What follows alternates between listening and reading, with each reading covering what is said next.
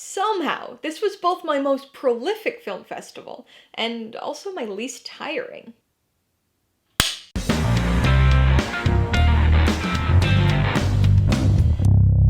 Hey everybody, welcome to Mainely Movies. Today I'm going to be ranking all 54 movies I watched at the 2024 Toronto International Film Festival, also referred to as TIFF24.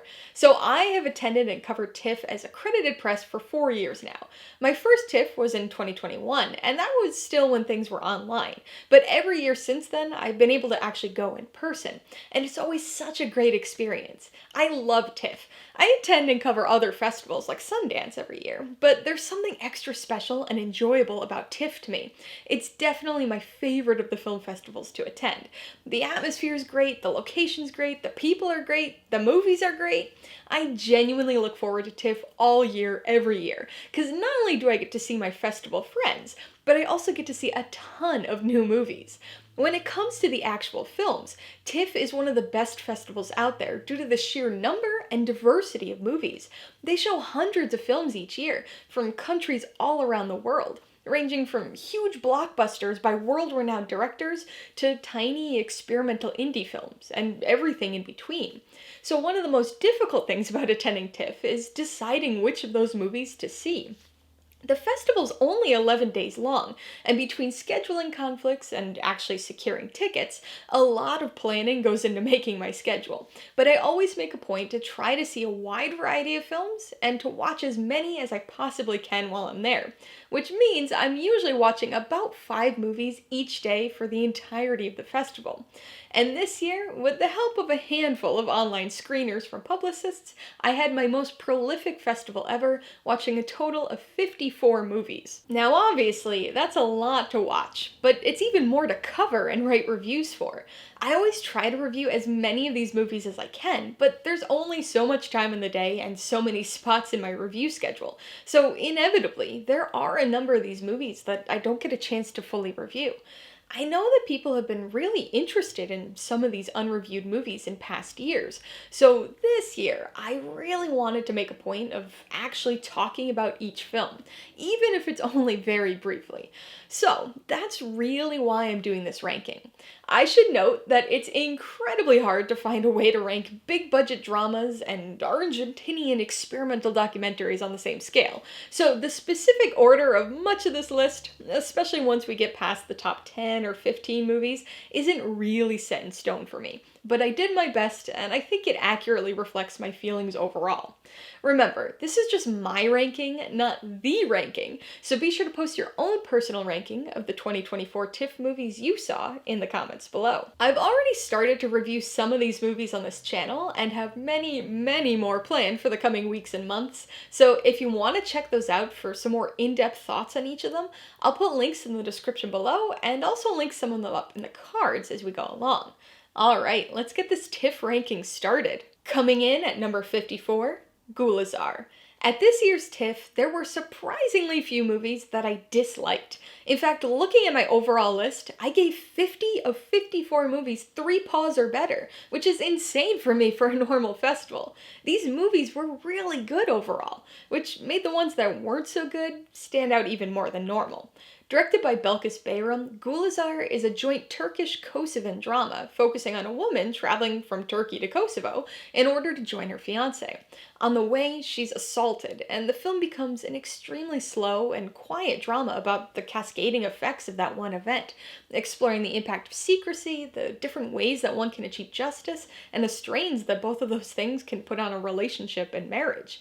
With its moralistic themes, this one had a premise that had some potential, but unfortunately, the long static shots and extremely unengaging story make for a dull slog of a film. Coming in at number 53, Else. Every year, I manage to see almost all of the films presented in TIFF's Midnight Madness program. In the past, I've never had any luck with getting tickets for the Midnight Madness premieres, which actually happen at midnight, so I've always seen them at either P&I screenings or secondary public screenings. This year, I managed to score not 1, but 3 Midnight Madness premieres. But unfortunately, my very first Midnight Madness premiere ever was for a movie that I didn't like. Directed by Thibault Emin, the French and Belgian Else is something. I don't know if it's something else, but it's something. It tells the story of introvert Unks, who begins a semi-casual relationship with Cass, a brash extrovert who is his opposite in almost every way. But what initially seems like an offbeat indie rom-com suddenly morphs into a bizarre, experimental sci-fi body horror, as a strange and undefinable disease starts to spread across the world, causing people to grotesquely merge with inanimate objects. This movie has some great sound design, some impressive and unsettling special effects, and a really intriguing premise, but it also gets supremely strange and experimental. There's a shift partway through the film where suddenly everything is shot in black and white, and the production design takes on a really Lynchian feel, specifically evoking Eraserhead. Some people are gonna really love this one, but it's gonna be a struggle to get through for most. One tip I have is to not watch this movie at midnight in the middle of a film festival, because there's a good chance it's gonna put you to sleep. Towards the end of the movie, I was kind of looking around the theater, and about 3/4 of the audience was fast asleep in their seats. And in retrospect, I probably should have been one of them. Coming in at number 52, Do I Know You From Somewhere? Believe it or not, we've now reached the final film in the I actively disliked it segment of this ranking. This Canadian film is Ariana Martinez's directorial debut, and was one that I was kind of looking forward to. Billed as a multiverse story without any visual effects, this movie offers up an extremely interesting premise. It focuses on a happily married couple who begin to notice some very small but odd changes in their day-to-day life. Alphabet magnets suddenly appear on their fridge. Names of people they don't know pop up here and there. While they work together to try to figure out what's going on, we get flashback snippets of their life together and of the day they met. But this is slowly encroached on by a past that didn't actually happen. Kind of hard to describe, but this is basically a bit of a low-budget multiverse what-if drama, exploring relationships, breakups, and life paths never taken. It had a really cool premise, but the actual execution of it was extremely muddled, and kind of anticlimactically felt like it went nowhere. Coming in at number 51, Julie Keeps Quiet. This was definitely the most middling film of the festival for me. I didn't particularly like it, but I also didn't dislike it, and so it's right down the middle as an average 2.5 palm movie for me. This Belgian-Swedish co-production was directed by Leonardo van Gil, and has already been selected as Belgium's submission for Best International Feature at next year's Oscars. Although this movie premiered at Cannes back in May, I honestly hadn't really heard anything about this one prior to its North American premiere here at TIFF. Another directorial debut, this movie focuses on the titular Julie, an extremely talented 15-year-old tennis player whose life is put under a stressful microscope following the suspension of her longtime coach due to vague allegations that are mysteriously kept from us for the majority of the film. This movie is a, fittingly, very quiet and restrained character study that definitely tackles some worthy themes and very important messages, but it tells its story with a series of plodding, static shots that extend the film's runtime far beyond what was needed. Coming in at number 50, Mr. K. Even though this wasn't the worst film of the festival for me, I think it was probably my biggest disappointment. The description and premise of this sounded like it was right up my alley, so I was really looking forward to it. But man, this was not at all a movie for me. Directed by Tallulah H. Schwab, this film tells the story of Mr. K, played by Crispin Glover, who's a strange and fairly unassertive traveling magician. The film begins with him checking into an equally strange and kind of unsettling hotel, only to find out that not only is there no way to leave the hotel, but that he's trapped there with a broad assortment of bizarre hotel guests. It's become kind of a pretentious cliche to throw around words like Kafka-esque when talking about movies, but there's really no other way to describe a film like this. It's weird, it's very surreal, it's increasingly stressful and uncomfortable in the most bizarre sorts of ways. Think Charlie Kaufman mixed with Darren Aronofsky with a dash of Terry Gilliam thrown in for good measure.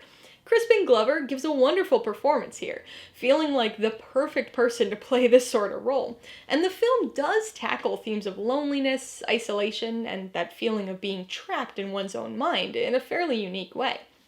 I think some people are really going to have fun with this movie, but it was just a very stressful, uncomfortable, and unpleasant one for me. Coming in at number 49, Collective monologue. I alluded to this one in the intro of the video, but I want to reiterate how hard it is to compare and rank many of these movies, because some of them are just so different from anything else. Directed by Jessica Sarah Rinland, this Argentinian documentary offers up a meandering and occasionally experimental look into the unique relationship between Argentinian zookeepers and the animals that they lovingly care for. As many of you know, I literally have a degree in zoology, so I might be a little bit biased when it comes to a movie about animals. So, since this film is about zoos, most prominently the Buenos Aires Eco Park, there is a lot of animal footage, whether it's trail cam footage from within the enclosures or moments of zoo staff training or interacting with the animals. This documentary truly shines anytime the animals are on screen. Anteaters, monkeys, elephants, you name it. Exceptionally cute animals everywhere.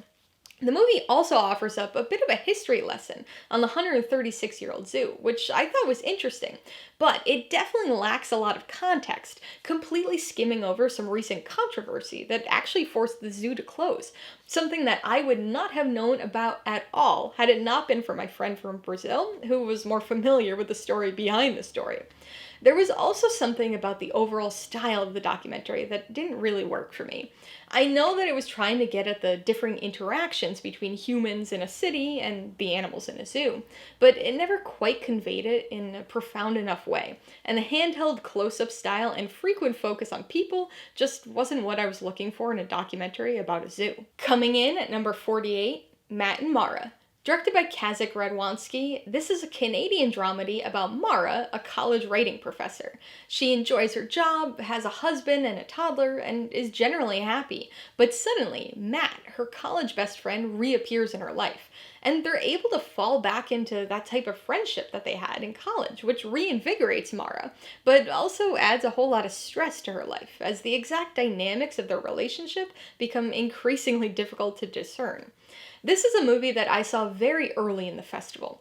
It was the first day, the second movie I watched in person, and I was with a crowd of people who seemed fairly into it, which, as you know, always helps with the experience. I enjoyed the movie, and I still do, but the more time that's passed and the longer and more critically I think about it, the less and less I actually like it. So it's been slowly working its way down the ranking these last few weeks. This is a film with some very strong mumblecore sensibilities, which, I know, could knock it right out of interest for a lot of people. As such, it's a film of naturalistic conversations, and mostly focuses on the small moments between big events, actually often cutting away from and skipping over those big scenes it frequently builds to. This is a surprisingly slow developing story that explores the odd tension of what if, sometimes humorously, sometimes seriously, and often kind of uncomfortably. But it's the kind of movie that'll definitely leave you thinking about your own life and the people who used to be your whole world, until they weren't. Coming in at number 47, Anywhere, Anytime. Here we've got another early festival watch for me that has progressively worked its way down in the ranking. Directed by Milad Tengshir, this Italian drama premiered at Venice Film Festival a few days before it hit the screens at TIFF, but I actually watched it as a screener before it was at either festival. It tells the story of Issa, an undocumented immigrant from Senegal, trying to make his way in an Italian city. With the help of a friend, he's able to buy a bike and get a job as a food delivery cyclist. But on his very first day of work, his bike is stolen, jeopardizing his way of making a living, and we watch as he desperately runs around the city trying to track down his stolen bike. If that sounds a little bit familiar, I promise you that you're not going crazy. This movie is more than a little reminiscent of Vittorio De Sica's Italian neorealist classic, Bicycle Thieves.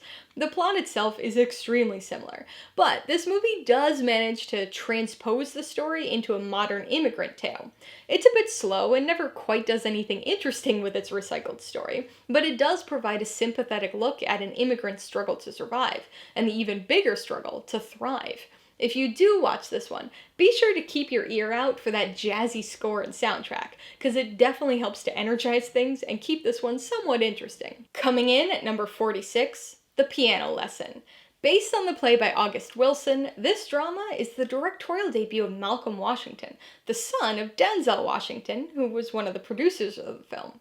Set in 1930s Pittsburgh, it tells a story of the Charles family, and the family heirloom that haunts them, both figuratively, given its dark past, and maybe also literally.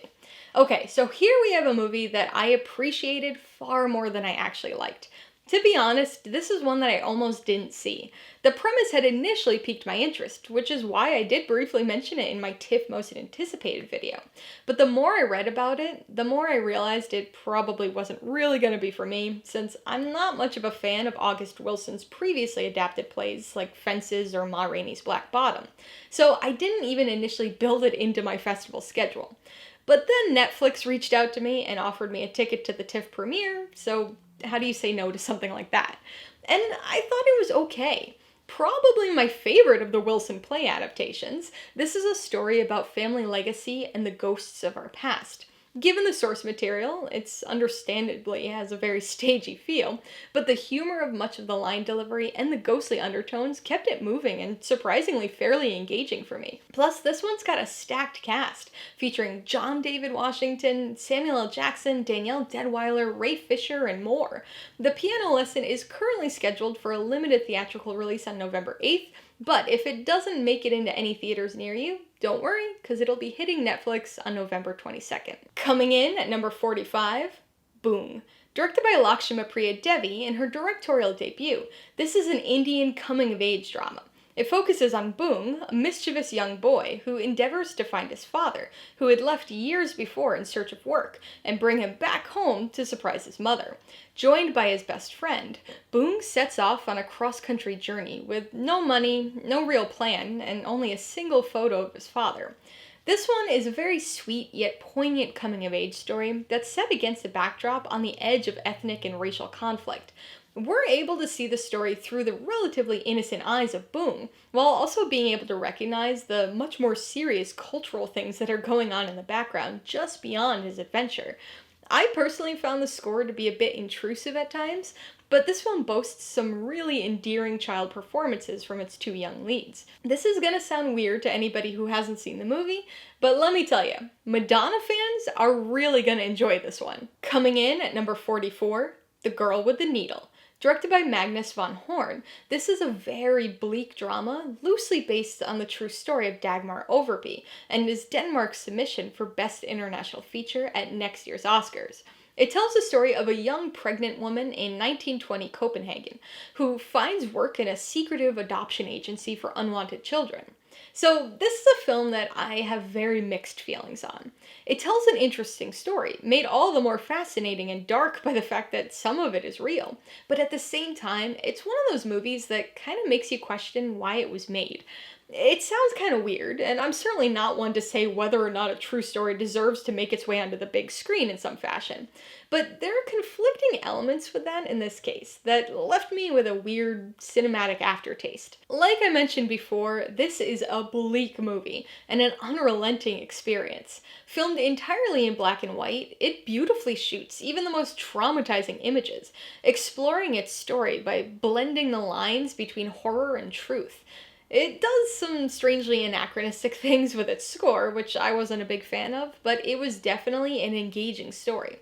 This was certainly the heaviest movie I saw at TIFF this year, and honestly, not one that I'm looking forward to really ever returning to, but I could see how this one will get some critical praise. Coming in at number 43, Eden. So here we've got another movie that I have very mixed feelings on, and one that I suspect a lot of people are probably going to disagree with me on. Directed by Ron Howard, this is a movie that's part survival thriller and part historical drama.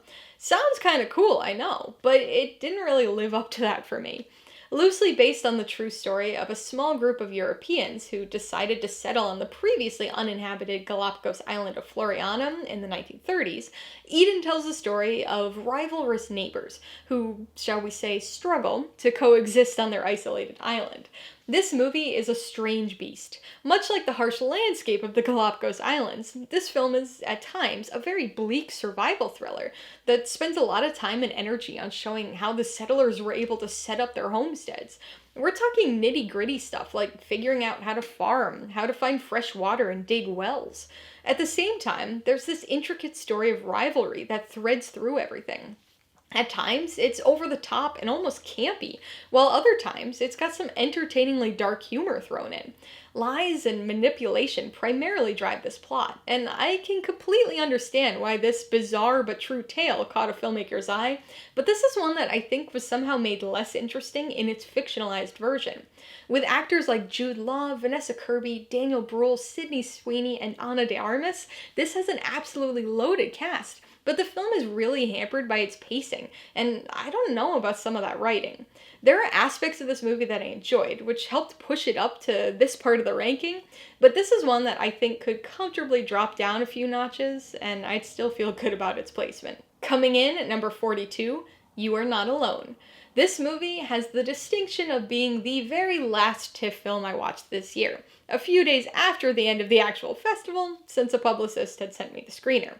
Co-directed by Marie-Helene Viens and Philippe Lupien, this Quebecois sci-fi film sounded really interesting to me. Billed as a mashup of punch-drunk love and Under the Skin, this tells the story of Leo, a lonely pizza delivery guy living in Montreal. Unbeknownst to him, he's been targeted by an alien who preys on isolated men. However, not long after he's been selected, he meets and starts a relationship with a musician, which complicates matters. You Are Not Alone uses its sci-fi alien premise to take a metaphorical approach to loneliness, alienation, and self-isolation. The imagery is definitely creepy at times, and the human interactions between Leo and Rita are sweet, but the more experimental-leaning alien moments are just not emotionally engaging enough to drive this film to its end. Coming in at number 41, Queer. I think this is probably going to be one of the most divisive films of the year. Not so much because of its subject matter, but because of its stylistic choices.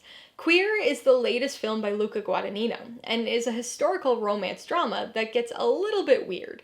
Based on the 1985 novel by William S. Burroughs, the story begins in 1940s Mexico City and focuses on an American expat, played by Daniel Craig, who becomes infatuated with a younger man and relentlessly pursues him. Much of the film revolves around their complex relationship. However, the story does take a pretty significant turn in the second half and becomes a bit of a bizarre, drugged-out road movie. At times, this movie is somewhat sexually explicit, which led to quite a few walkouts from the P&I screening. But Queer is a much more layered movie than it initially seems, though one that is certainly a bit of an oddity. What begins as an exploration of self-destruction and desire transforms into an experimentally metaphysical experience during its third act. And it's that third act that's either gonna make or break this movie for most people. It represents a big shift, both stylistically and plot-wise. Personally, I wasn't really a fan of the third act, and so it dragged things down a bit for me, but I talked with plenty of people who loved the third act and thought it heightened the film. So, like I said, it's gonna be a divisive one.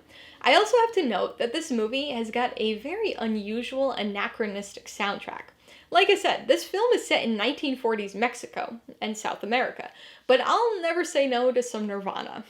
A24 has picked up distribution for this film, and it's currently scheduled for a limited theatrical release starting on November 27th, but I imagine it'll expand to more theaters at a slightly later date. Coming in at number 40, The Last Showgirl. So we are definitely solidly in the I have mixed feelings about these movies portion of this ranking. Directed by Gia Coppola, granddaughter of Francis Ford Coppola, this is a drama that boasts a strong but surprisingly varied cast, including Pamela Anderson, Jamie Lee Curtis, and Dave Bautista. It tells the story of aging Las Vegas showgirl Shelley, who is a very proud 30-plus year member of one of the last traditional showgirl shows in Las Vegas. But times are changing, and after the announcement of the show's imminent closure, Shelley needs to come to terms with her career and, more broadly, with her life. So for me, The Last Showgirl is a bit of a mixed bag. I think Pamela Anderson gives a strong and very earnest performance, but the story never quite develops into anything over its surprisingly brief runtime. It's not that the plot that is there is bad, it just feels like there was much more potential for something more that never comes to fruition. I've also gotta say that I was not a big fan of the cinematography, especially the occasional bizarre soft and blurry focus and some of the framing choices. Again, not horrible, but enough to stand out to me and be a little distracting from the story. Coming in at number 39, 7 Days. So this was a film that initially wasn't even on my radar. I had no plans to see this one, but a publicist contacted me with the opportunity to get a screener for it, and so I replied, asked for it, and ended up watching it in the hotel the night before TIFF officially started. Directed by Ali Samadi Ahadi, this is a moving drama about an Iranian human rights activist named Mariam, who's been in prison for more than 6 years. Due to a heart problem, she is granted a 7-day medical leave from prison. However, she uses that time instead to sneak out of the country in an effort to briefly reunite with her family in Turkey, and is faced with the difficult decision of whether or not to return to prison in Iran at the end of those 7 days. This movie is an impassioned story of resilience and a mother's love. It unfolds at a decently steady pace, tugging at both familial and righteous duty heartstrings to tell its compelling story of reunion, impossible decisions, and sacrifice. It's a movie that's on the heavier side, but one that's definitely worth a watch. Coming in at number 38, All We Imagine Is Light. Alright, so I know that I'm probably going to get a bit of flack for the relatively low position of this film in my ranking here, but I do want to point out that I liked this movie, even if it's in the 38th spot. Directed by Payal Kapadia, this is an Indian drama that was a bit of a festival darling coming out of Cannes, having won the Grand Prix award. Surprisingly, India did not select this film for their international feature submission, and although it made co-producer France's shortlist, they didn't select it either. This film tells the story of two nurses who are roommates living in Mumbai. They're both at different stages in their lives, however, each find themselves dealing with some relationship complexities. This is a movie that may be slow to a fault, but it tells a beautiful triad of female-centric stories, each slightly different but all intertwined. The wonderful score and a set of really good performances help to keep this one an engaging character study, even as the plot begins to spin its wheels. I know that I'm definitely in the minority here for not loving this one, and I do wish that I felt more of an emotional connection to it, but I still enjoyed it and think a lot of other people probably will too. Coming in at number 37, Hold Your Breath. This was a movie that I was aware of and considering watching, but was initially having a lot of trouble fitting into my schedule. But luckily, a publicist reached out to me and offered me a ticket to the world premiere, so again, how could I refuse? Co-directed by Carrie Krause and Will Joines, this is a psychological horror thriller starring Sarah Paulson, who I've gotta add is extremely funny. Not in the film, but as a person in real life. She was so sarcastically funny during the Q&A. Anyway, this movie focuses on a woman and her two daughters living in 1930s Oklahoma. They're in a losing battle against the dust that constantly seeps into their home, and the increasingly severe dust storms that bombard the area. As the traumas of their past rear up, they begin to think that there's a dangerous supernatural presence stalking them in the dust, just out of sight. Hold Your Breath is a Dust Bowl ghost story that chokes the audience with tension as much as it does with dust. Sarah Paulson gives an extremely committed performance here, but this is a very familiar type of ambiguous paranoid story that needed a little more than just dust storms to set it apart from its peers. That being said, I did still enjoy it for what it is. Luckily, you don't have to wait very long to see this one, because it's getting a streaming release on Hulu on October 3rd. Coming in at number 36, The Party's Over. Here, we've got yet another movie that wasn't on my radar at all until I was sent a screener for it. Elena Manrique's directorial debut, this Spanish drama focuses on a teenaged, undocumented immigrant from Senegal named Bilal, who, while trying to evade capture, takes refuge in the garden shed of a rich Spanish woman named Carmina. It's not long before Carmina discovers Bilal, and the two find themselves in an unexpected situation, made even more complex by the presence of Carmina's housekeeper, Lupe. This is a film that's surprising in many ways, with a plot full of manipulation and hidden motives. While not a conventionally twisty movie, this film takes a series of revelatory plot and genre turns that, even through its frequent moments of humor, put it on a much darker than expected path. Coming in at number 35, It Doesn't Get Any Better Than This. Clearly, having placed this at number 35, I disagree with the title a bit, but this movie was something. First off, it's a little bit of an outlier here. This movie actually premiered last year, so it's the only movie on this list that is not a 2024 release. It's also a movie that's probably going to be pretty challenging for most people to actually see. The filmmakers have vowed to never make this accessible on streaming, and seem pretty content with just keeping it in theaters in the festival circuit. Co-directed by Nick Toti and Rachel Kempf, this is a tense found-footage horror mystery that deftly blurs the line between reality and fiction. It focuses on the directors themselves and their real-life friend Christian. Through decades of home video recordings, we get a sense of their personalities and relationships, and also their proclivity for conducting seances and recording generally spooky stuff. After buying a rundown and creepy duplex for another film they were working on, they discover that strangers randomly gather on the front lawn in the early morning hours and just stare at the house through the night. If you can get past some truly deafening moments, I think most people will be decently creeped out by this movie. I, on the other hand, felt an unexpected sense of nostalgia. The filmmakers really reminded me of people I used to be friends with, and even some people that I'm still friends with now. I have dozens of mini DV tapes of me and my friends doing somewhat similar ghost hunting-ish things back when I was in high school and college. I used to always have that camcorder with me. And so the more documentary elements of this film just really rang true for me, because I have footage just like it. And can I just say, I absolutely love the design of the Hellmouth. Coming in at number 34, Happy End. Directed by Neo Sora, this is a Japanese coming-of-age drama, with a touch of social commentary on the side. Set in a near future where Tokyo is under constant fear of an impending earthquake that's predicted to destroy the city, this film focuses on a group of rebellious teens. After they stage a particularly devious prank on their principal, a new and invasive surveillance system is installed at their high school, much to their disdain. This is a movie that I enjoyed, but it really wasn't what I was expecting it to be. It's a surprisingly quiet and unimposing coming-of-age tale for the digital age. I thought its themes of government overstep, surveillance, and the slippery slope trade-off between freedom and safety were interesting, but it really didn't do as much with its near-future setting as I anticipated it would.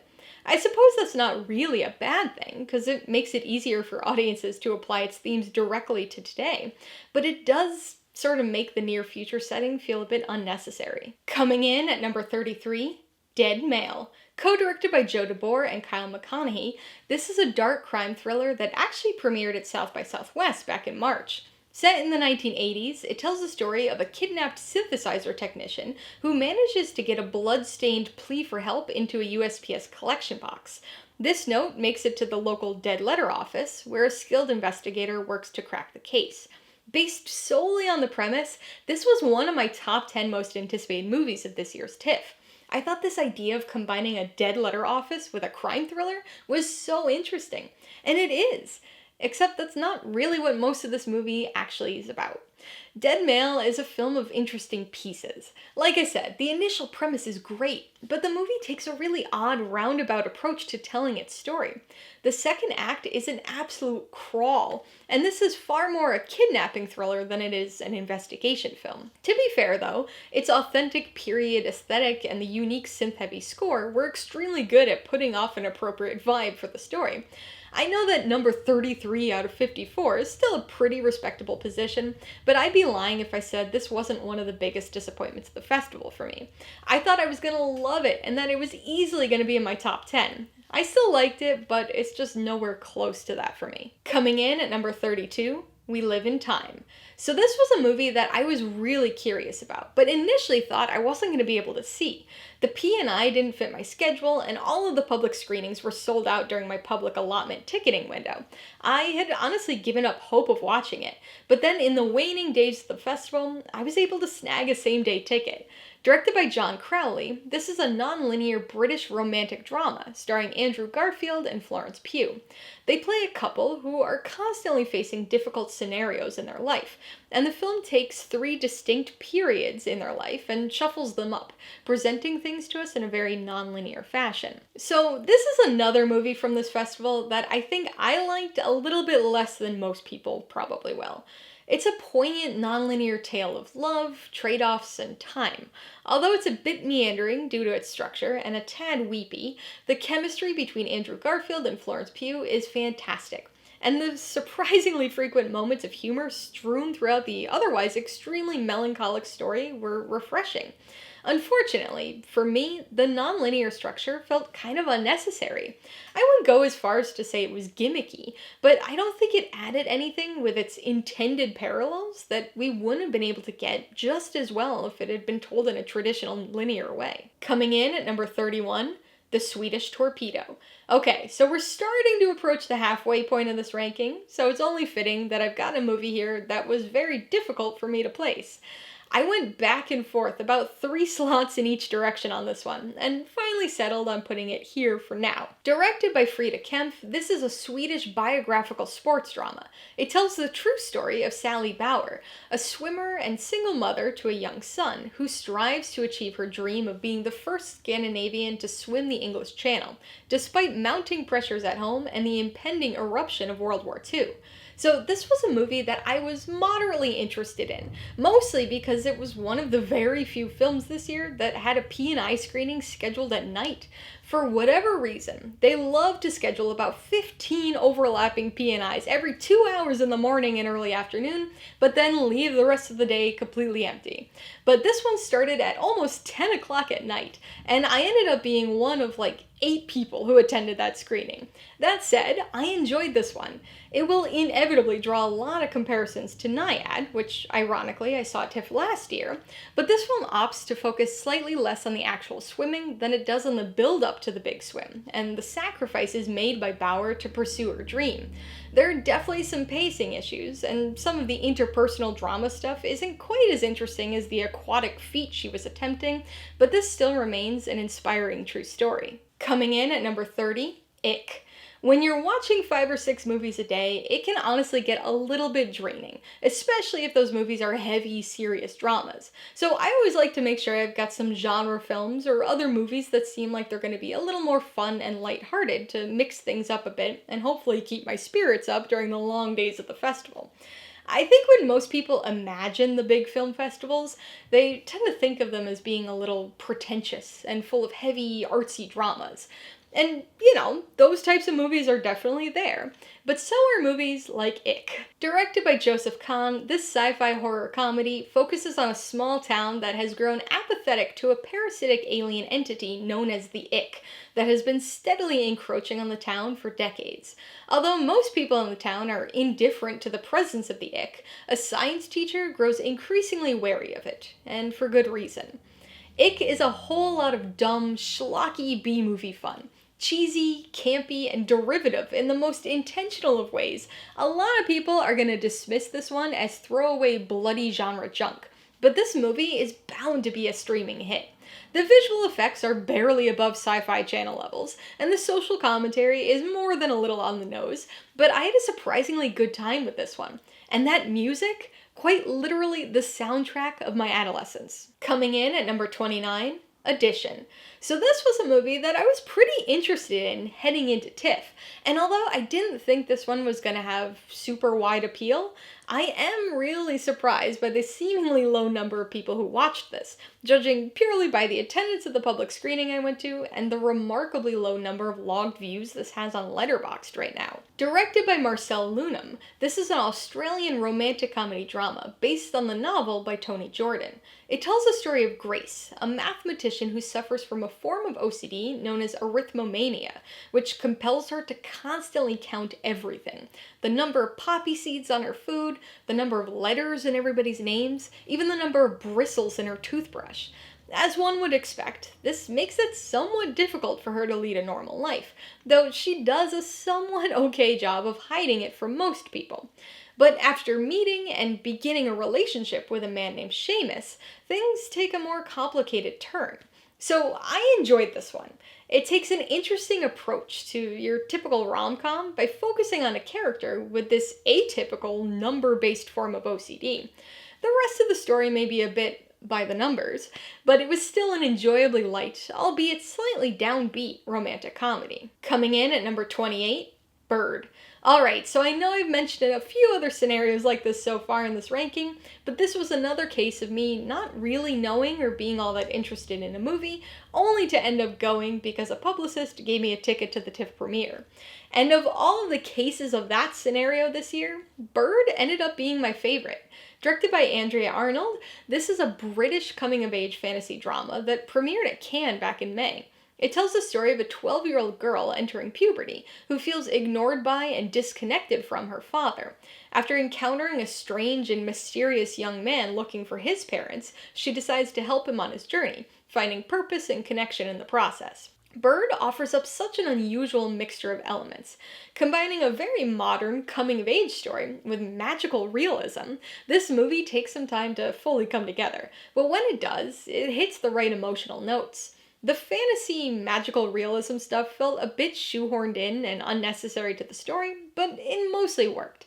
I've gotta say though, I didn't know how much I needed to see a toad be sincerely serenaded by a group of people at a party. Coming in at number 27, Escape from the 21st Century. Okay, so my second ever Midnight Madness premiere was a little more enjoyable than my first. Directed by Yang Li, this Chinese film is a wildly kinetic sci-fi mashup. Part time travel story, part martial arts movie, all over-the-top maximalist freneticism. It tells the story of three high school boys who, after falling into a polluted pond, find that they're suddenly able to travel 20 years into the future, embodying their future selves with no knowledge of the past 2 decades. The catch is, they can only do it when they sneeze. This snot-propelled story is a wild maximalist sci-fi action fever sneeze that has a fun premise and an absurd execution that's bound to become a late night with your friends cult favorite. It takes a hyper-stylized and creative kitchen sink approach, and the result is something so silly that it's impossible not to have fun with it. Coming in at number 26, The Gueswidow.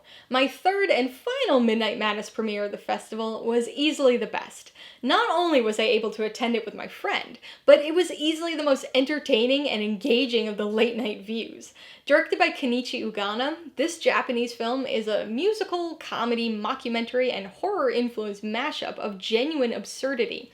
It tells the story of an unknown 4-piece horror punk band, the Gueswidow, who take up residence in the Japanese countryside in order to write the greatest punk song of all time. It's honestly hard to describe this vignette-driven movie. It's full of these random and absurd elements. A lead singer who's convinced she will join the 27 Club, energetic vegetable picking, a wise talking dog named John Cage. It's loud, it's full of humor that'll probably only hit with a small portion of people, and it's just so original.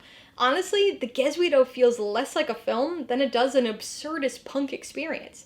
It gets a bit repetitive, and I'm honestly not sure how this movie will play in a normal setting, but the Midnight Madness screening was genuinely like being at a bizarre concert, inside a cow. They gave us CD singles of the band when we walked in, and even before the Q&A with the band, the audience were screaming and cheering during the final song performance. I know that this movie will never have the same impact sitting at home watching it by yourself, but as a festival experience, this was pretty great, and what I always imagined and hoped a Midnight Madness screening would be like. Coming in at number 25, Shell. I'm not sure if it's intentional by festival programmers or just a coincidence, but every year it seems like there are a few movies that feature some very similar ideas to one another. The films themselves are often different, but there's this clear thematic thread between them. And this movie has a very obvious thematic thread connecting it to a film that's coming much later in this ranking. Directed by Max Minghella, Shell is a satirical dark comedy horror film starring Elizabeth Moss and Kate Hudson. Despite its genre classification and its moments of body horror, this movie wasn't included in the Midnight Madness program for some reason. Instead, it was just part of the broader special presentation section, which I think put it in front of an audience who wasn't quite prepared for it. It tells the story of an aging actress who befriends the CEO of a wellness company known as Shell, but upon entering this glamorous world, she begins to suspect that there's something more grotesque hidden just under the surface. Somewhat similar to The Substance, Shell is yet another film at this year's festival that centers on themes of aging and the impact of unrealistic beauty standards. But rather than going for a more unsettling and nuanced social commentary approach, this movie is extremely campy and never for a second takes itself too seriously. I think if you go into this one knowing it's going to be over the top and kind of silly, then you'll probably have a much better time with it than if you go in expecting something a bit more serious or scary. I'm going to avoid talking about anything specific, but I will say that I think this one might be big here in Maine, for reasons I'll leave intentionally vague. Coming in at number 24, Superboys of Malagaan. I'm going to be honest, I had zero intention of watching this movie. I was aware of it by name and a single image because I had gotten a lot of PR emails about it in the lead up to TIFF, but it wasn't one that I ever even really looked into. Well, on the last day of the festival, after attending the TIFF award ceremony, my friend Anna mentioned that she had a ticket to this movie and was planning to go. So I decided to check online, and I was able to snag a same-day ticket sitting right next to her. So we went to this one as our final in-person TIFF screening of the year.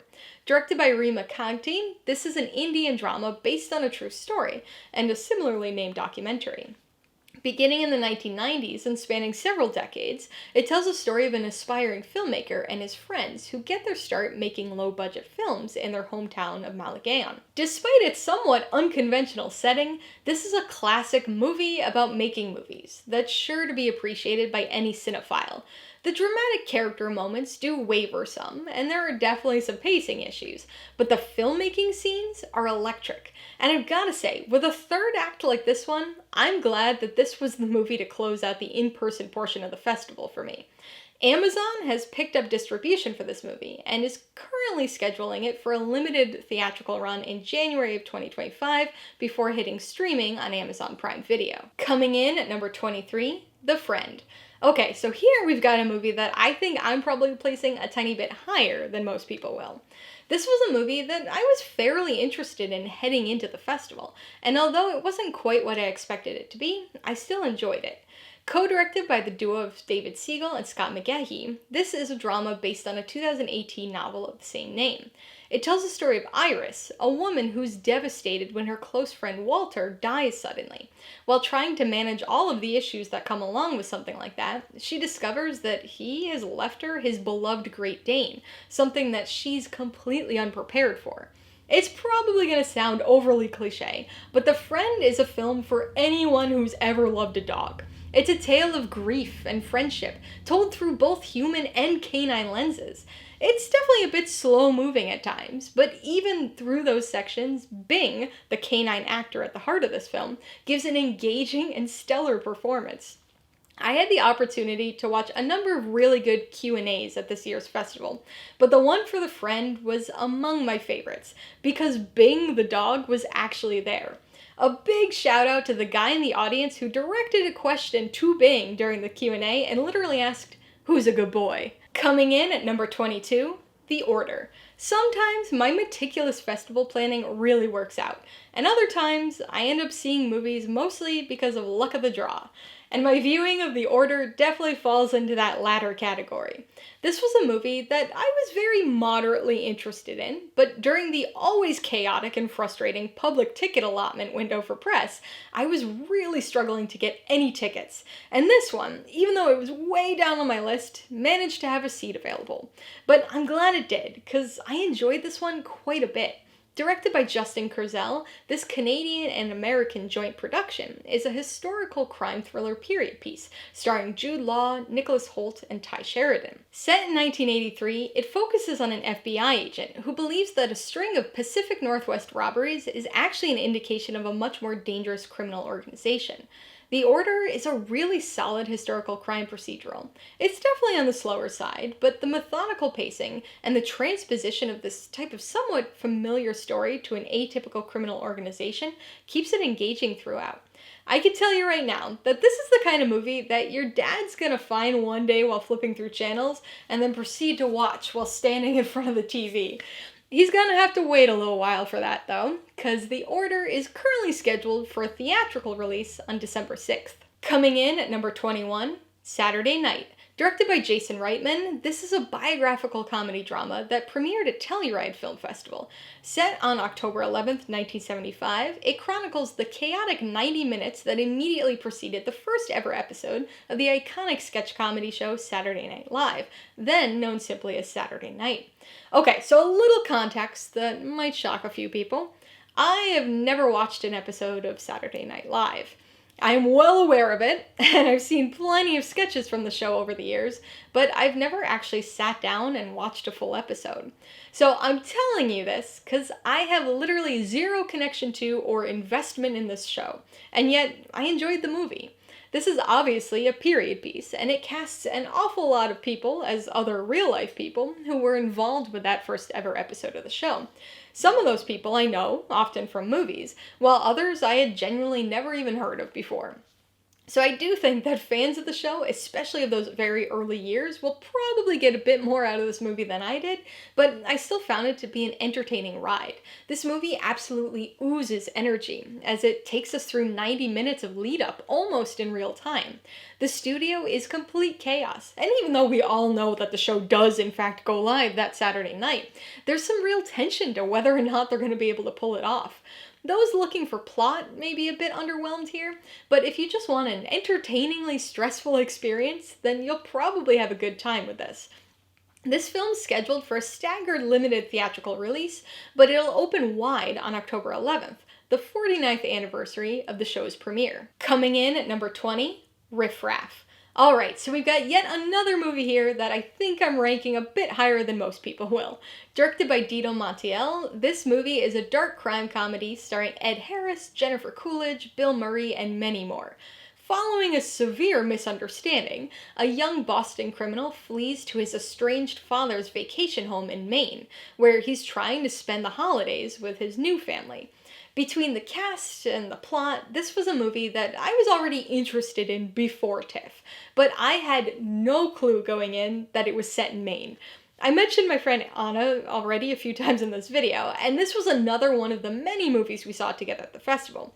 But as soon as Maine was mentioned here, we both looked at each other in excited shock. So I will fully admit that I probably like this movie a bit more simply because of its main setting. But even without that, I still found this to be a very entertaining film. It's a dark comedy about secrets and family dysfunction, bolstered by a messy but fun script and a really enjoyable ensemble of characters. Coming in at number 19, Jane Austen Wrecked My Life. I mean, with a name like that, I bet you can already basically guess what this movie's about. This French romantic comedy is the directorial debut of Laura Piani, and is a film that makes good use of its split French and English dialogue. It tells the story of a lovelorn bookshop clerk and aspiring novelist who's invited to a Jane Austen writing residency, where she meets Oliver, an arrogant and sarcastic distant relative of Jane Austen.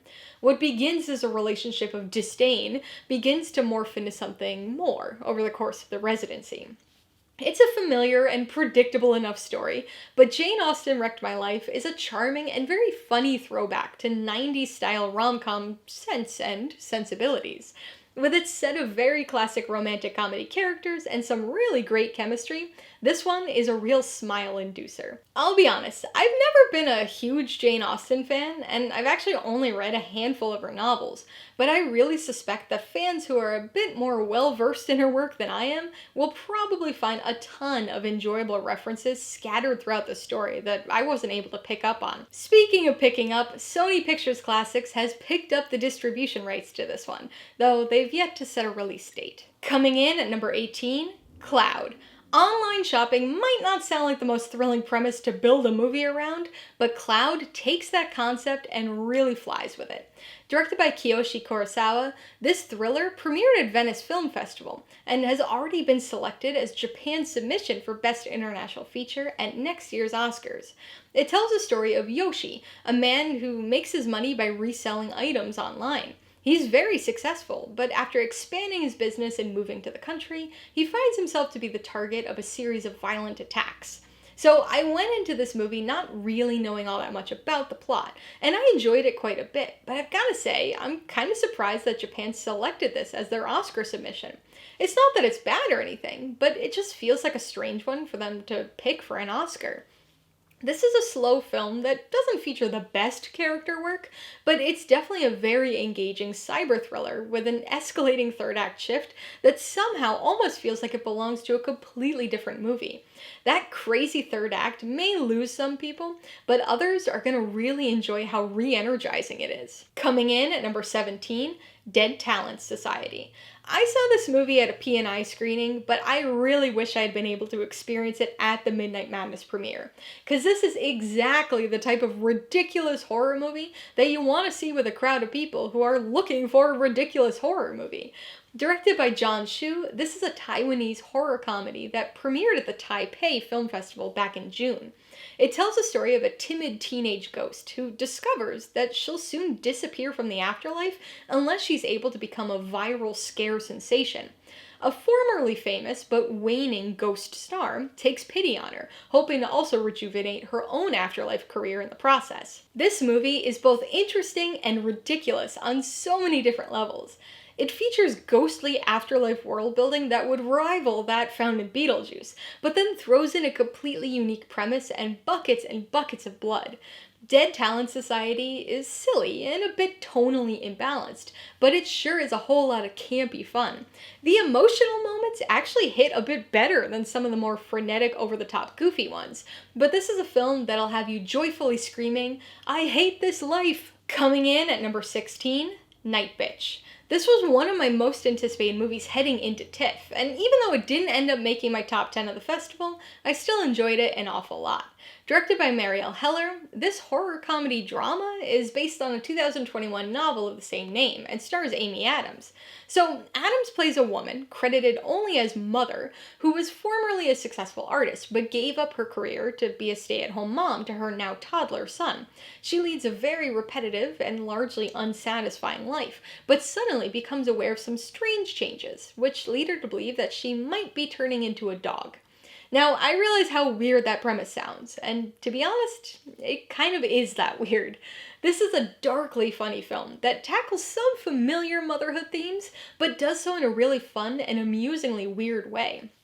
I think this is going to be one of those movies where parents will kind of knowingly relate to and understand some of the things going on or the things that are said, often as voiceover internal monologue.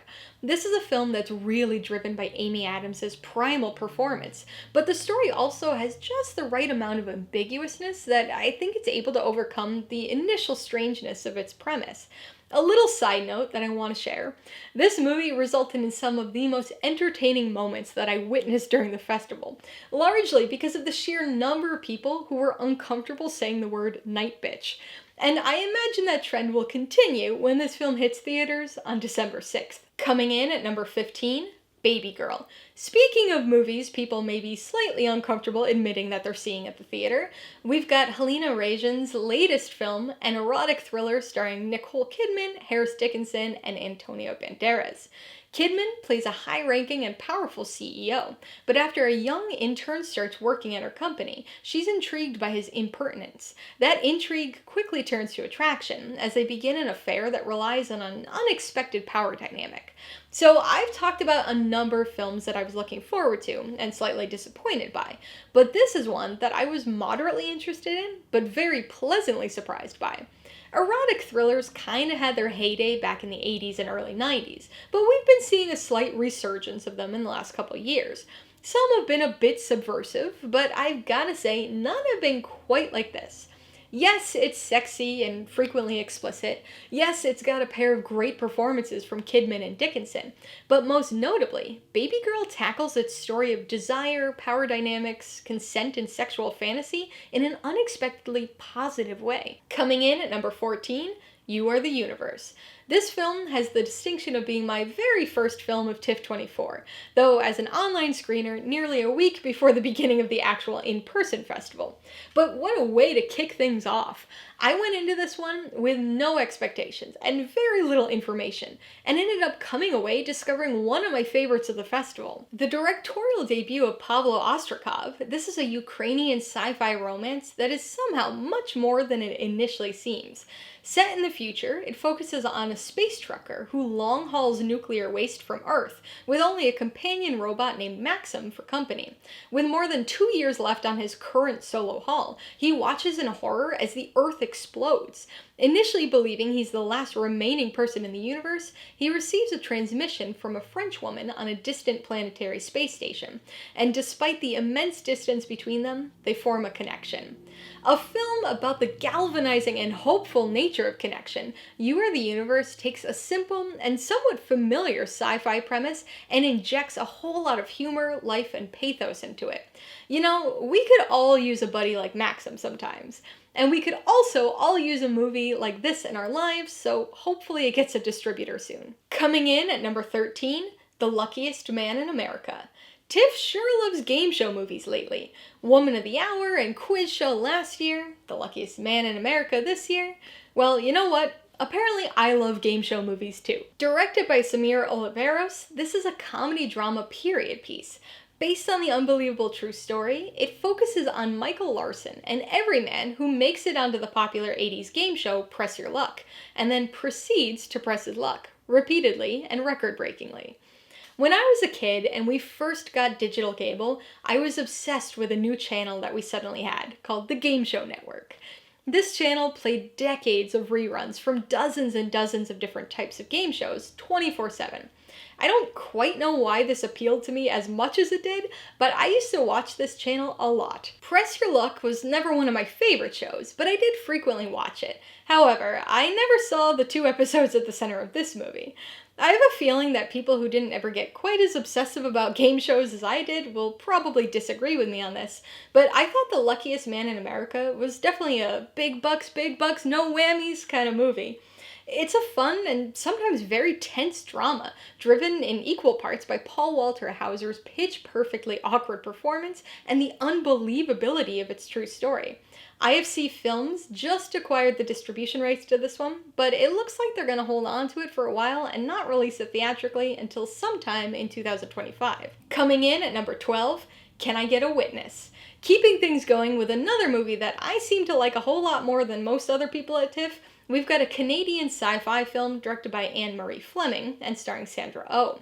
Set in the future, after overpopulation and pollution nearly destroyed the planet, it tells a story of a society that has strict conservation rules and a worldwide agreement that nobody will live past the age of 50. Focusing on a teenager beginning her new job as a documenter hired to observe the enforcement of this rule, it explores her perception of this world and her mental preparation for her own mother's upcoming end-of-life ceremony. In a year of interesting sci-fi premises at TIFF, Can I Get a Witness offers up what might just be one of the most interesting. It's a film that centers on a fairly dark and bleak concept, but if you can get past that, this is a really interesting and at times life-affirming kind of movie. Since it focuses on a character who documents, or draws, it features the occasional on-screen artistic flourish that adds a bit of animation to things. But these moments are comparatively few and far between and kind of feel like an afterthought that was tacked on towards the end of production. It's not bad, really, just very unnecessary. A couple of scenes in the film get a little too heavy in both handedness and exposition, but this was a sobering dive into the aftermath of eco-anxiety. Coming in at number 11, Shark Corner. Okay, let's keep that I liked it a lot more than everybody else streak going. Directed by Jason Buxton, this Canadian-Irish co-production is a dark thriller based on a short story. It stars Ben Foster and Kobe Smulders as a couple with a young son who move from the city into a new house, only to witness a terrifying fatal car accident in their front yard on their very first night there. It quickly becomes clear that this was not a one-time thing, and Foster's character, Josh, soon becomes obsessed with preparing for the next crash, while his wife and son become increasingly traumatized by the threat of the sharp corner on the road just outside their house.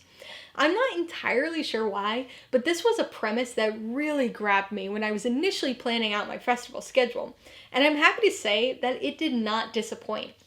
Sharp Corner is a darkly engrossing tale of obsession and prioritization, largely driven by Ben Foster's increasingly disconcerting performance. It is a bit of a slow burn, but the film constantly leaves you on edge, anxiously dreading the sound of every approaching car. Coming in at number 10, Sketch. Well, we've finally hit my top 10 of the festival, and it's only fitting that the first movie here is one of the films I was most hesitant about going into TIFF. Directed by Seth Worley, this is a family sci-fi comedy horror starring Tony Hale. He plays a widowed father whose two kids are still struggling with the death of their mother. His daughter, Amber, is especially grief-stricken and expresses this grief by drawing all manner of disturbing sketches in a notebook. After her notebook accidentally falls into a magical pond, her creature designs come to life and wreak chalk-dusted havoc on their town. So like I said, I was very hesitant about this movie. I love the idea, and the blurb on the TIFF website was drawing comparisons to movies like Jumanji and Gremlins, but we've had an awful lot of other similar stories just this year, with movies like If and Harold and the Purple Crayon. I was hopeful that this would be as good as it sounded, but I was also more than a little nervous that it would be a bit closer to those latter films I mentioned. But luckily, Sketch was such a pleasant surprise. This sci-fi comedy has a basic familiar premise, but this is the first film in a long time to really nail it. It's colorful, it's tonally well balanced with a lot of solid humor and thrills, and it's got a heartfelt story about channeling grief into creativity. Coming in at number 9, Relay. Speaking of pleasant surprises, we've got a movie that I almost didn't even put on my schedule. This is a thriller directed by David Mackenzie and starring Lily James and Riz Ahmed. It focuses on Tom, a mysterious fixer who brokers payoffs for clients who steal company documents before deciding that they don't actually want to go through with their whistleblowing. After a new exchange goes sideways, he risks more than usual to ensure the safety of one of his clients. Like I said before, I almost didn't have this one on my schedule. Originally, I had another movie planned during this P&I slot, but I lucked out and got a ticket for a public screening of that other movie, which freed things up so I could attend this one. And man, am I glad that I did, because this was probably my first true surprise of the festival. Relay is an extremely engaging whistleblower thriller that takes an interestingly analog approach to what seems like it should be a very digital premise. The third act takes a slightly more conventional route than what comes before it, but it's all more than all right. Go ahead. Coming in at number 8, The Shadow Strays. Okay, let's keep it going with surprises that I almost didn't see.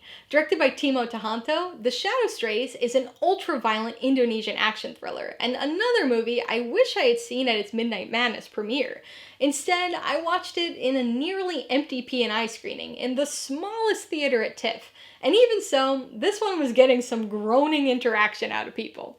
It tells the story of a teenage assassin known only as 13, who works as part of a secret organization called the Shadow. Following a mission gone wrong, she's sent to Indonesia by her mentor to wait on probation. But while there, she goes rogue and takes it upon herself to help a young boy who's accidentally gotten mixed up with a local crime syndicate. If you've liked the director's previous films, you're also gonna love this one. The Shadow Strays was easily the best action movie of TIFF this year. It's unrelentingly brutal in its action and blood-soaked through and through. The fight choreography is extremely exciting, not to mention creative, and this movie is led by an incredibly impressive physical performance from Aurora Ribeiro as the Assassin 13. It's currently set for a streaming release on Netflix on October 17th. Coming in at number 7, The Life of Chuck.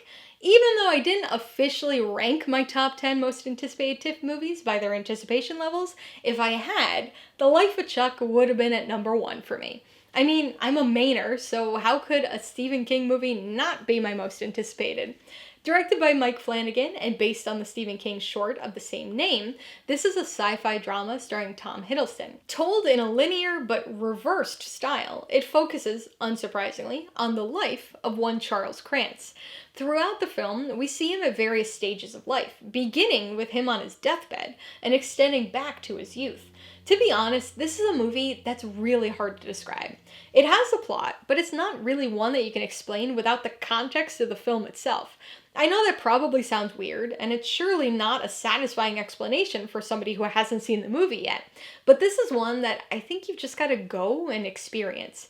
It might take you a little bit of time to get a handle on the structure and what's actually going on, but once you do, man, this is an impactful film. Unsurprisingly, this one won the People's Choice Award this year. It's a touching ode to life and the impact that we have on others and that others have on us. The film really makes brilliant use of its structure to tell a life-affirming and emotional tale that, as you'll realize, is very, very important, contains multitudes. Even though it's situated in a different genre, Mike Flanagan proves that he is still one of the, pardon the pun, kings of Stephen King adaptations. And while you won't have to wait 39 great years to see this film, you will have to wait almost one frustrating year, because Neon, who recently acquired the distribution rights, is currently planning for a summer 2025 theatrical release. Coming in at number 6, The Assessment. Remember how I said there always seems to be movies with recurring themes at festivals? Well, we've got another one here, but compared with this other semi-similar movie, I enjoyed this one a whole lot more. The directorial debut by Flora Fortune, The Assessment is a sci-fi thriller with some very prominent and very dark comedy elements. Set in the near future, where scarce resources have changed society, reproduction is closely controlled by the government, permitted only for couples who have passed a rigorous 7-day assessment. This story focuses on one such prospective couple, who are subjected to a bizarre live-in trial by their eccentric assessor, Virginia. So this was another one of those sci-fi movies with an intriguing premise that sounded like it could be really interesting. And then it actually was. The Assessment is an incredibly ambitious sci-fi genre mashup that approaches its environmental and parenting themes in a unique way. Extremely funny at times, this is a movie that doesn't shy away from some pretty dark stuff either, providing both entertainment and, sustainably grown, food for thought. Coming in at number 5, Conclave. We made it to my top 5. We're in the home stretch now. Directed by Edward Berger, whose previous film, All Quiet on the Western Front, also played at TIFF, we've got the religious thriller drama mystery, Conclave. Based on the novel of the same name by Robert Harris, this movie focuses on a cardinal who's been tasked with leading the selection of a new pope. As all of the voting cardinals gather in the Vatican, revelations, scandal, and conspiracies emerge, threatening to disrupt the process. With a cast like Ralph Fiennes, Stanley Tucci, John Lithgow, and Isabella Rossellini, and Edward Berger sitting in the director's chair, it probably won't come as a shock to anybody, but this film is really, really good. Conclave is a gripping, dramatic thriller about faith, doubt, and the dangers of secrecy. It deftly navigates the intricacies of organized religion, showcasing the value of tradition and process while highlighting the necessity for plasticity and evolution of thought. This one's really phenomenal across the board. The script, the performances, the score. I think this one is going to be up for quite a few Oscars next year. And luckily, you don't have to wait very long for this one, because it'll be in theaters on October 25th, which is fairly fitting timing for reasons you'll understand once you see the film. Coming in at number 4, The Substance. No amount of reading or watching or envisioning can quite prepare you for The Substance.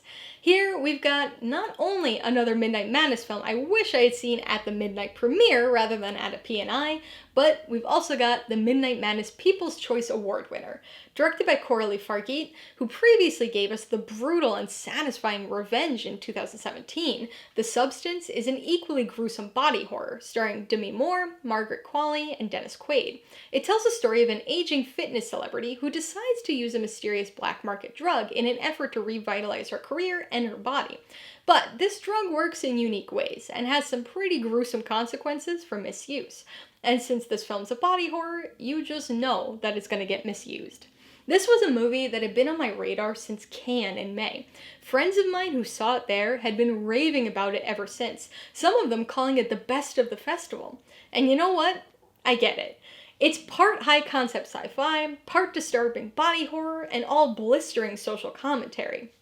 With its visceral sound design and gruesome practical makeup effects, this is a film that's sure to tear its way under your skin. After all, The Substance will change your life. This one already hit theaters on September 20th, so get out there and give it a watch. Coming in at number 3, Heretic. When I watched The Substance on day 2 of TIFF, I thought for sure I had already watched my favorite horror movie of the festival. And then I saw Heretic. Co-directed by Scott Beck and Brian Woods, this is a psychological horror thriller and dark comedy starring Hugh Grant, Sophie Thatcher, and Chloe East.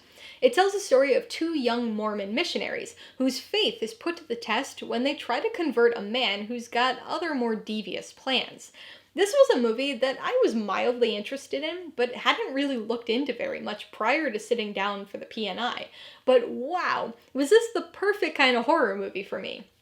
Equal parts profound, playful, and perturbing, this is a clever horror thriller that explores religion, belief, and the iterative nature of human constructs.